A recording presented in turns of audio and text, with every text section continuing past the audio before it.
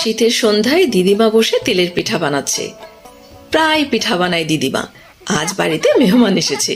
গুড় পিঠার গন্ধে বাড়ি মৌ মৌ করছে।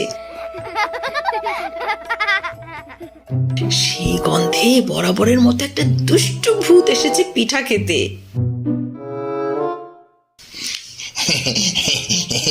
পিঠা খাবো, পিঠা একটা দে।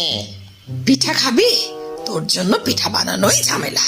পিঠার গন্ধে ঠিক ঠিক এসে হাজির হয়। দে পিঠা দে, খুব শীত পড়েছে রে, তেলের পিঠা খেতে খুব ভালো লাগবে। একটা পিঠা দে, পিঠা দে দে, হাত দে, একটাই কিন্তু, আর পাবি না। পিঠা পিঠা খাবো, পিঠা পিঠা।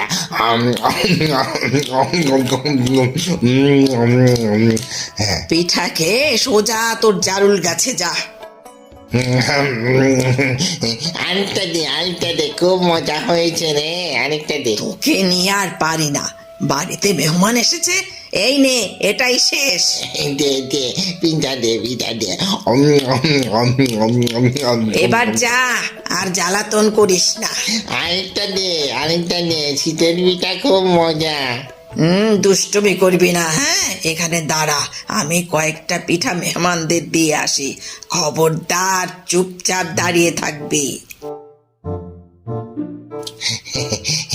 ও চলে গেছে, ও চলে গেছে। পিঠা খাবো, পিঠা গরম গরম করে পিঠা। আর আমি আমি আমি নিজেই একটা পিঠা নিয়ে নিই, একটা পিঠা নিয়ে নিই, পিঠা খাবো, পিঠা।